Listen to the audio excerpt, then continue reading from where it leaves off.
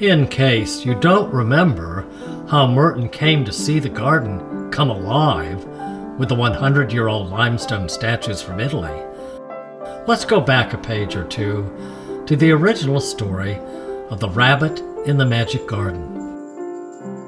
He had seen a light and was able to look through a crystal to see the statues in costumes like actors talking. Not only that, but wonderful things appeared, like clocks, coaches, sailing ships, and so much more. In fact, it seemed like something out of Alice in Wonderland and Through the Looking Glass by Lewis Carroll. You may remember that the garden was a very quiet place, except for the birds and occasionally the horses and cows behind the wall in the Emerald Forest. But two of the statues had musical instruments. One was Antoine, who played the lute, which is a stringed instrument shaped somewhat like a pear. Antoine's dog was always listening intently, and Ceres, back near the wall, heard him too. So did Merton, because this is how he actually saw Antoine in front of him, across the stone pathway. The rabbit wondered what song he was singing while he played. He looked thoughtful and sad at the same time.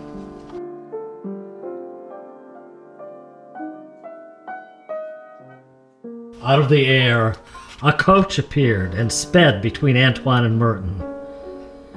Antoine sang softly as he played the lute. He looked at Merton out of one eye and said wistfully, "There she goes, my princess who never even smiles. And I think of her all the time, for almost 100 years. Sometimes Ceres thinks I'm singing to her, but I'm not, you know. Peter the artist had us all placed in the garden so we could talk to each other and not be lonely. But of course, we can't move about. So I can see Ceres and her daughter Persephone, but not the statues at the other end of the garden." He stopped playing because they both heard a flute being played up near the house. It was the shepherd boy, Lucas, who was playing to his sister, Lucretia. He was playing a tune she liked, but he wasn't sure whether it sounded as good on the flute as on a lute.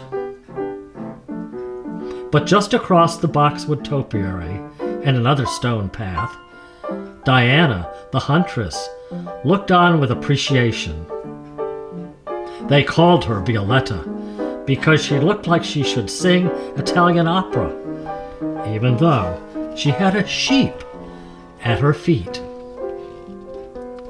Well, thought Merton, this could be a lovely duet, but they each seemed to be in their own world, although they might be able to see each other from a distance. Suddenly, Merton heard the horn of an old car. It came from a Rolls-Royce Silver Ghost with a giant bust of George Frederick Handel on the top. Yes, the composer that wrote the Messiah. Merton was ecstatic. "Why, Mr. Handel, whatever are you doing in the garden? You're in the wrong century, you know." "Why, to be sure, but I was so pleased with my water music for the king that I just lost track of time. Oh, and look, right in front of me the water is turning into light. I don't know exactly where I am, but it must be England. And I've just sailed from... Wait, where am I?" Merton's response was, "You're in the magic Stilton garden." Then he could hear the famous water music being played, and it made him very happy. Then all of a sudden there was a group of children. Some people call them cherubs. but in Italian they are called putti. They were carrying a large basket of fruit, but of course it was all stone. It sounded like they were singing Michael Row the Boat Ashore, but it was in Italian, so Merton wasn't sure. The putti at the end of the garden were singing something that sounded like a Broadway production of Oklahoma. Merton was overjoyed and joined the chorus. He said with satisfaction, "I never want to leave this garden because it has flowers and trees and music too." Then Merton remembered he was particularly fond of Gilbert and Sullivan's operettas from Victorian England. They were so bouncy and witty. And all of a sudden the garden was sprouting water everywhere. He heard sea chants from the ships. But then a bon vivant stepped out of a garden tea house with waterfalls and a lion. He was singing from the Pirates of Penzance, or maybe another one of the operettas. What fun! Music was flowing like water for sure. But then came another surprise. This time it was a solo violin, and again there was a cup of flowing water. Only the violin was as big as a tree. By this time, the sun was starting to set, and shortly the garden would be dark, except for the floodlights that made it look like moonlight all night. Merton marveled at how Peter the artist kept his garden in more ways than one. He watered and weeded, to be sure, but he painted what the eye cannot see, and what soul reveals through art and music.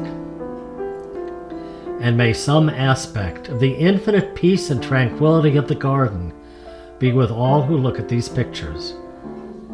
Until the next book, when Merton will show more of the secrets of the magic garden, to all a good night.